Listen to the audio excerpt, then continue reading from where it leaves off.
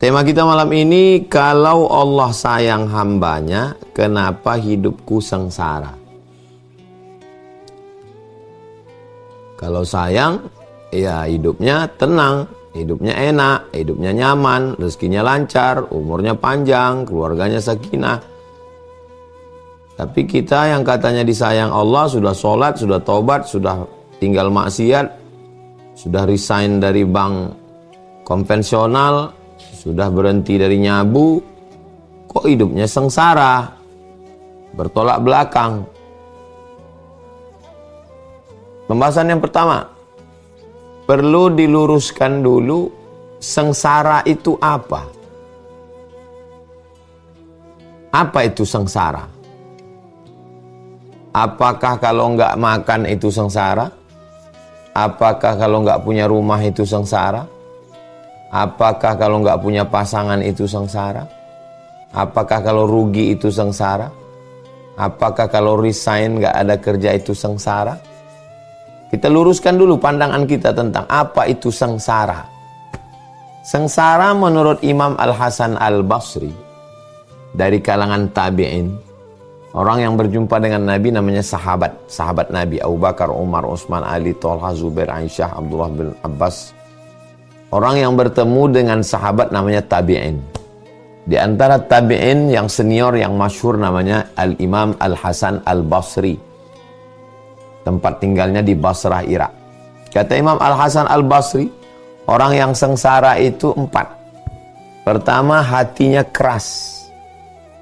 Yang kedua, air matanya kering, susah nangis. Yang ketiga, panjang angan-angan ini itu begini begono. Yang keempat, ambisi dunianya kuat. Itulah orang yang sengsara. Oke? Jadi kalau kita resign, kita nggak makan, kita sakit, kita susah, tapi hati kita lembut, mudah nerima nasihat, mudah melelehkan air mata, enggak panjang angan-angan, enggak terlalu obsesi dunia, kita tidak sengsara. Semua orang di dunia mengatakan sampean sengsara, kamu sengsara. Kata Allah, saya tidak sengsara.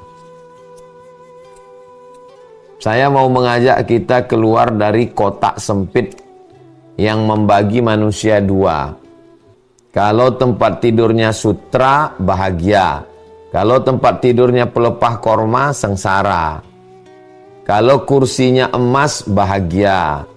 Kalau kursinya rotan, sengsara. Ini yang buat kotak sempit ini siapa? Dia buatkan kotak sempit, lalu dia masukkan kita ke dalam kotak itu, dan kita nggak boleh keluar dari kotak itu. Ini yang buat ini setan dan antek-anteknya. Kalau kotak setan ini kita perturutkan, yang tidurnya di pelepah korma Nabi Muhammad SAW, yang tidurnya di alaskan sutra Abu Lahab, Abu Jahal, yang kursinya dari kayu Nabi Musa, yang kursinya dari emas Karun. Jadi kalau begitu yang sengsara itu Nabi Musa, yang sengsara itu Nabi Isa, yang sengsara Nabi Muhammad, yang bahagia itu Karun, Fir'aun, Namrus, Herodes. Kan sesat kita itu jadinya. Tolong kita keluar dari kotak-kotak yang dibuat oleh manusia. Al-Quran, Nabi, Islam datang membebaskan kita dari ikatan-ikatan yang dibuat oleh manusia. Tidak ada manusia yang lepas dari ikatan. Kalau ada orang mengatakan saya mau lepas dari ikatan agama. Kamu lepas dari ikatan agama, tapi kamu mengikat dirimu dengan ikatan Karl Marx, Lenin, ateis, komunis. Saya mau melepaskan diri saya dari ikatan agama. Kamu lepaskan diri kamu dari ikatan hukum Islam, tapi kamu diikat oleh hukum konvensional, diikat oleh hukum Belanda. Islam ini datang melepaskan kita dari ikatan manusia, dari definisi manusia. Kamu dikucilkan orang, disepelekan orang karena miskin. Kamu nggak sengsara. Kamu di kantor disepelekan orang, dikucilkan orang karena nggak mau ikut geng koruptor, nggak mau nipu tiket pesawat, nggak mau tanda tangan 3 hari jadi 1 hari. Kamu tidak sengsara. Selama hati kamu tidak keras, air mata kamu tidak kering, tidak panjang angan-angan, dan tidak ada obsesi dunia. Saya tidak sengsara. Walaupun saya disepelekan orang, nggak punya jabatan, dinonjobkan orang, dipecat orang. Kita mesti yakinkan diri kita. Kalau kita aja nggak yakin dengan diri kita, gimana kita bisa meyakinkan orang lain? Oke, itu pembahasan pertama, siapa yang sengsara, siapa yang nggak sengsara. Walaupun duitnya banyak, jabatannya tinggi, omongannya dipakai orang karena dia orang kaya, karena pejabat, tapi kalau hatinya keras, air matanya kering, panjang angan-angan, ditelan obsesi dunia, dia sengsara. Menurut Imam Al-Hasan Al-Basri. Jadi kalau begitu, orang yang dicintai Allah tidak sengsara. Karena hatinya senantiasa dekat dengan Allah. Kalau hatinya sudah dekat dengan Allah, air matanya meleleh. Kalau sudah air matanya meleleh, angan-angannya tidak terlalu panjang. Dan tidak masuk dunia ke dalam hatinya. Maka dia tidak sengsara. Oke, berikut pembahasan yang kedua. Surat Al-Ankabut ayat 2. Ahasiban nasu ayyutraku ayyaqulu amanna. Apakah manusia itu menyangka dia dibiarkan mengatakan amanna, saya beriman. Kalau ada orang mengatakan saya beriman, amantu billah, raditu billah, asyhadu an la ilaha illallah, wa asyhadu anna muhammadar rasulullah. Apakah Allah membiarkan dia begitu saja? Hasiban nasu ayyutraku. Apakah Allah membiarkan mereka mengucapkan kami beriman lalu dibiarkan begitu saja, wahum la yuftanun, lalu mereka tidak diuji ketika berani mengatakan asyhadu an la ilaha illallah wa asyhadu anna muhammadar rasulullah, ketika berani meninggalkan maksiat kepada taat, meninggalkan taghut kepada Allah, meninggalkan berhala kepada la ilaha illallah, maka pada saat itu kita sedang mengatakan, ujilah aku. Maka ujian datang. Ketika ujian datang, kok kita malah ngomong, kok aku sengsara? Ini kan nggak ngerti. Makanya hijrah itu jangan cuman hijrah celana, hijrah baju, dari baju kaos jadi gamis, jadi celana dari celana training jadi jubah, dari tidak berbulu menjadi berbulu. Tidak sesimpel itu hijrah itu. Hijrah itu adalah pemahaman. Hijrah itu adalah pengertian. Hijrah itu adalah ilmu. Resign dari riba, resign dari leasing, resign dari net club, resign dari sonhorek, resign dari maksiat. Lalu kemudian setelah itu pakai jubah ke masjid. Begitu datang ujian, goncang. Katanya Allah sayang sama saya, kok saya sengsara? Itu makanya ilmu, paham, ngerti. Kamu tidak sengsara. Kamu sedang menjalani konsekuensi dari ucapan asyhadu an la ilaha illallah wa asyhadu anna muhammadar rasulullah. Maka datang ujiannya. Karena Allah nggak akan membiarkan orang mengatakan aku beriman kepada Allah kalau dia tidak diuji. Surat Al-Ankabut ayat 2. Berikutnya pembahasan yang ketiga. Ujiannya apa aja? Al-Baqarah 155. Al-Baqarah 155. Walanabluwannakum, kamu pasti. Kalau sudah pasti nggak ada ngelak. Lam di pangkal, nun di ujung. Menurut kaidah bahasa Arab nahwu namanya litaukid, penekanan makna. walanabluwannakum, kamu pasti kami uji. Tapi ujiannya itu bisyai, kecil, little, nggak ada apa-apanya. Minal khauf, takut, wal ju', lapar, wa naqsim minal amwal, kurang harta, bangkrut, rugi, wal anfus, kurang diri, mati, sakit, wat thamarat, kurang buah-buahan, paceklik, kering, kemarau, wereng, asap, kebakaran.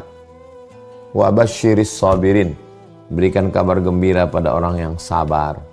Siapa itu? Alladzina idza asabathum musibah qalu inna lillahi wa inna ilaihi raji'un. Orang-orang yang ketika diuji Allah SWT, dia mampu mengatakan inna lillah. Ini semuanya datang dari Allah.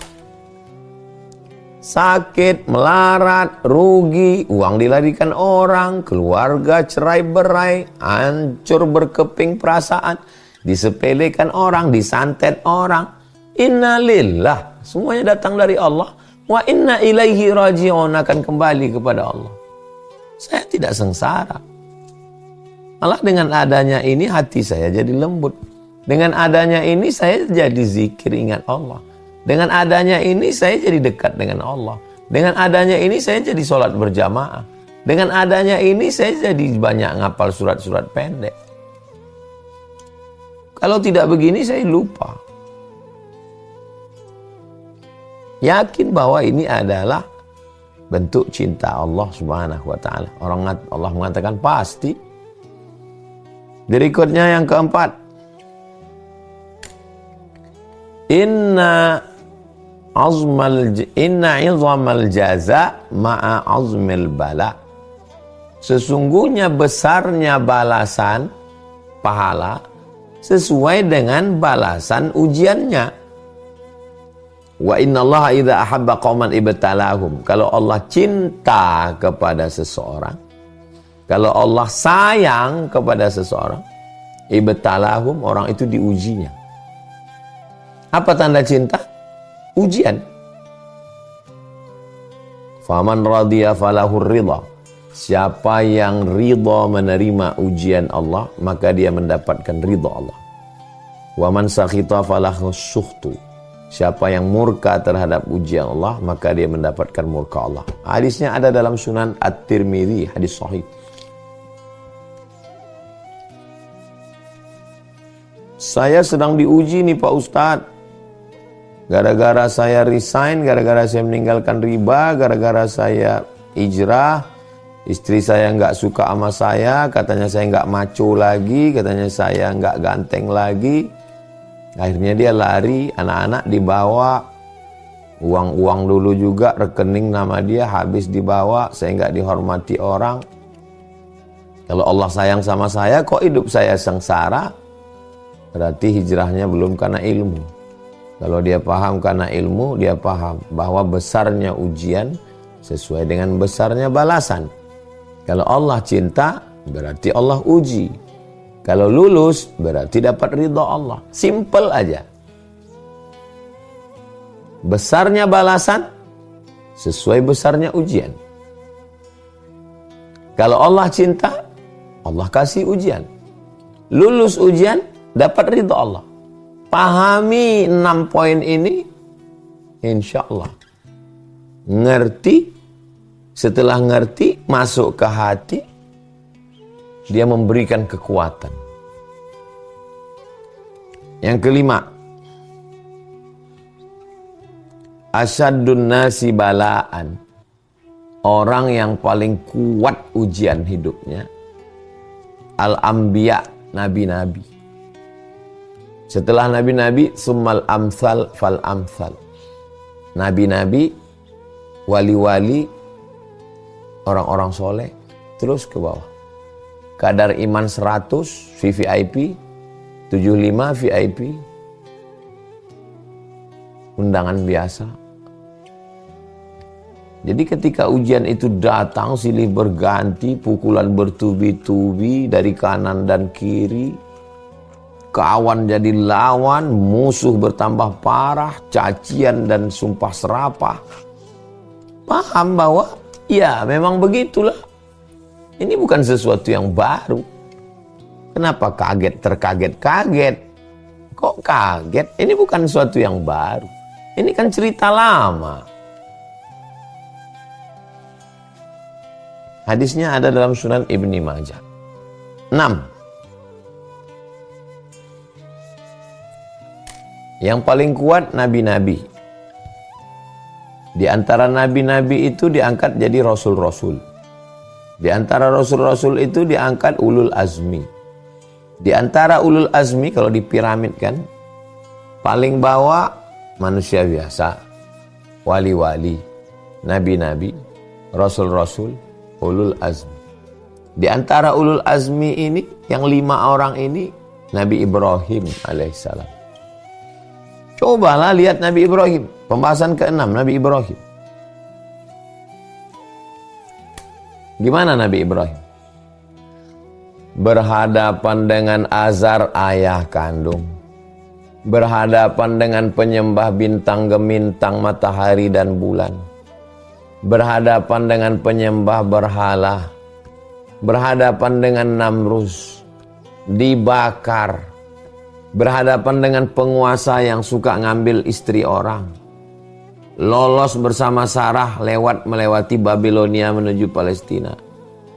Berhadapan dengan doa Rabbi habli minas solihin, 86 tahun gak punya anak.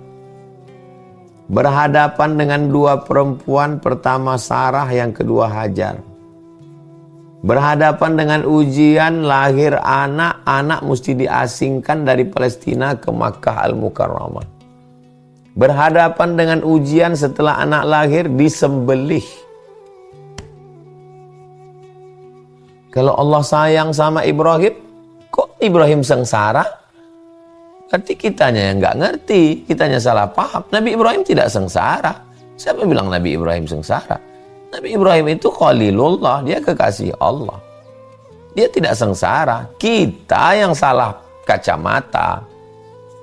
Kalau kacamatanya hitam, orang Cina pun nampak hitam. Orang Afrika tetap hitam.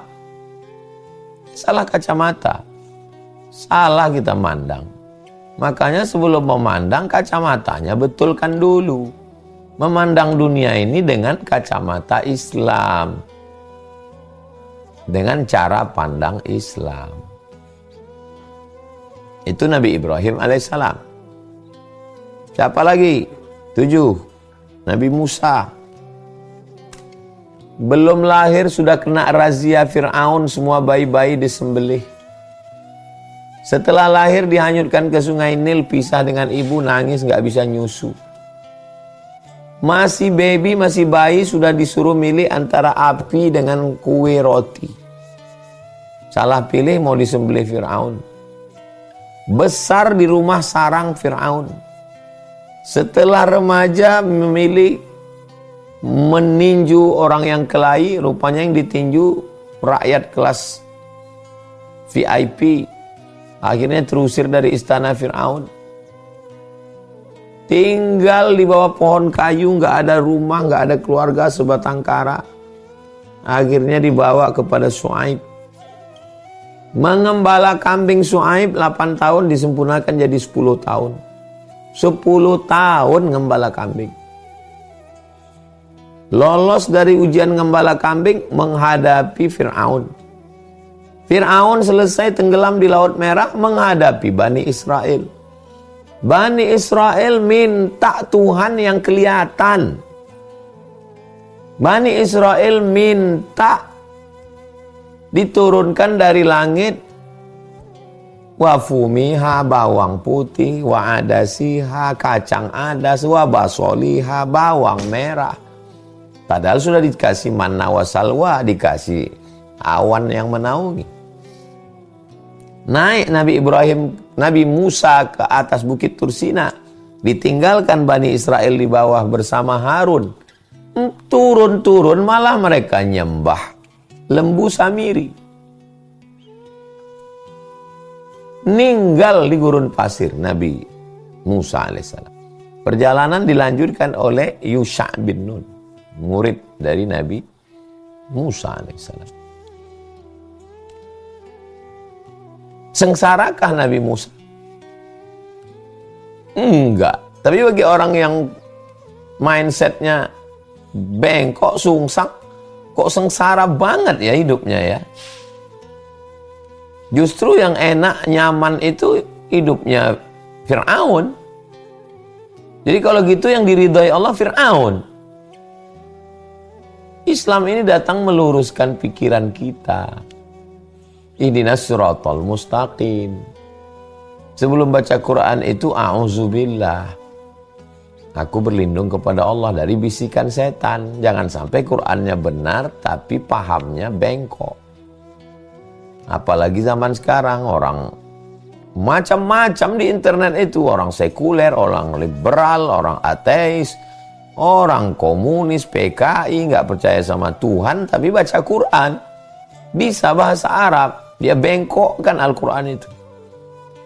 Makanya kalau tidak punya basic, nggak ngaji benar dengan ulama-ulama kita yang ahli sunnah wal jamaah, saya ngeri saya dapat link-link itu.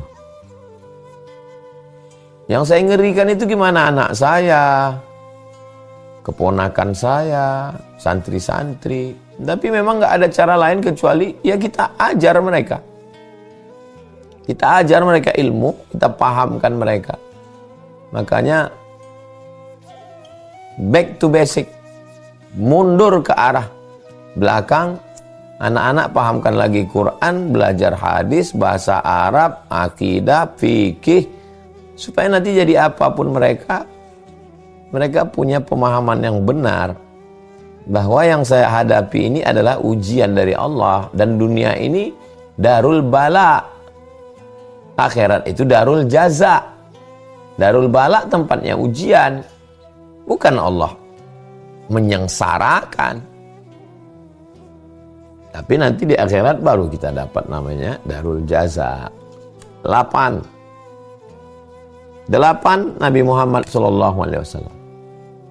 2 bulan dalam kandungan meninggal ayah, 6 tahun lagi sayang-sayangnya ditinggal ibu, diasuh oleh paman yang sangat miskin susah namanya Abu Thalib, istrinya Aminah, istrinya Fatimah, meninggal Fatimah. Oh Fatimah, kata Nabi, ketika engkau punya kain satu, engkau berikan ke aku. Nabi yang menggali kubur Fatimah itu dan dia yang masuk ke dalam, dia yang mendoakan. Dan anak dia sendiri dia kasih nama Fatimah. Saking sayangnya dia dengan ibunya itu, istri Abu Thalib. Makamnya di Baqi paling pinggir sebelah kiri kalau kita masuk. Istimewa makam dia, ada tembok agak setinggi lutut. Persis di tepi pagar sebelah kiri kalau kita masuk pintu. Nabi masuk ke dalam mendoakan di dalam kuburnya itu. Diriwayatkan dalam kitab Al-Mu'jam Al-Kabir karya Imam At-Tabrani. Saking sayangnya Nabi. Dan dia nggak punya ibu. Ibunya ya istri Abu Thalib itu ibunya. Nah Abu Thalib meninggal dalam keadaan tidak bersyahadat. Di tahun yang sama meninggal juga Khadijah. 3 anak perempuannya, Zainab, Ruqayyah, Ummu Kulsum, meninggal dalam hidupnya. Anak laki-lakinya Al-Qasim, Abdullah. Yang satu lagi dilahirkan oleh Ibrahim umur 18 bulan, meninggal juga. Diembargo selama di kota Makkah. Pergi ke Taif, dilempar pakai batu. Basah terompahnya karena darah. Diusir. 13 tahun berdakwah, dihalau hijrah ke Makkah, ke Madinah. Sampai di Madinah, koalisi nih orang kafir musyrik dengan Abu Jahal, Abu Lahab, dengan orang Yahudinya, dengan orang munafik, pura-pura masuk Islam. Diundang oleh orang Yahudi, diracun. Oh, itu kalau orang nggak ngerti, kok Nabi Muhammad hidupnya sengsara ya? Dia tidak sengsara. Allah sayang sama dia, Allah cinta. Nabi Isa alaihissalam Mulai ibunya Maryam dituduh berzina dengan Yosef tukang kayu. Melahirkannya mesti di pinggiran kota. Setelah lahir datang pendeta-pendeta Yahudi itu menuduh, kenapa kamu Maryam, bapakmu bukan orang jahat, ibumu bukan WTS, kenapa kamu bisa lahir punya anak? Nabi Isa-nya sendiri berkoalisi antara penguasa Romawi dengan orang-orang jahat bersama dengan orang Yahudi, pendeta-pendeta Yahudi berkoalisi karena mereka menemukan musuh yang sama. Yahudi dengan Romawi nggak pernah kompak, pisah jalan terus. Tapi untuk menghantam Nabi Isa, ketemu musuh yang sama. Mereka hantam Nabi Muhammad SAW, Nabi Isa alaihissalam. Ini orang-orang yang dikasihi Allah, kekasihnya Allah, Habibullah. Apalagi kita. Allahumma sholli ala sayyidina Muhammad wa ala alihi. Yang terakhir, yang 9. Kalau hidup kita sempit, sulit, susah, payah, jelimet, ribet, sesungguhnya Allah mau sujud kita lebih lama. Subhana rabbiyal a'la wa bihamdi. Doa kita lebih khusyuk. Hati kita lebih ta'zim. Lisan kita lebih, pikiran kita lebih. Itulah yang saya rasakan. Itulah yang saya rasakan dalam hidup saya. Kalau ujian saya berat, bangun malam itu nikmat sekali. Sujud itu enak sekali. La ya'rifuha illa man dzaqaha. Tidak ada yang bisa merasakannya kecuali orang yang pernah mengalaminya. Ini nggak bisa ditulis di buku. Oh, ini cerita masalah rasa. Yang bisa merasakannya ya orang yang pernah mengalaminya. Yang tahu rasanya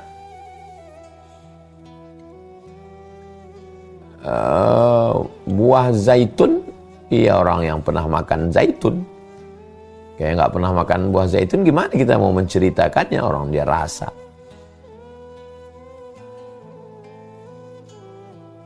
Itu 9 poin kajian kita malam ini.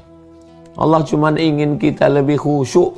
Allah cuma ingin kita menangis tengah malam. Allah cuma ingin kita berdoa hanya sama Dia.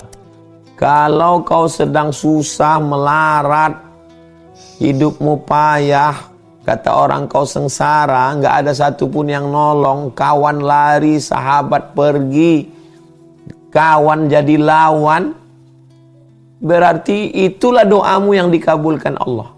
Loh, kok itu doa yang dikabulkan Allah? Iya, karena selama ini kita doa hasbunallah wa ni'mal wakil, hasbunallah wa ni'mal wakil, hasbunallah wa ni'mal wakil.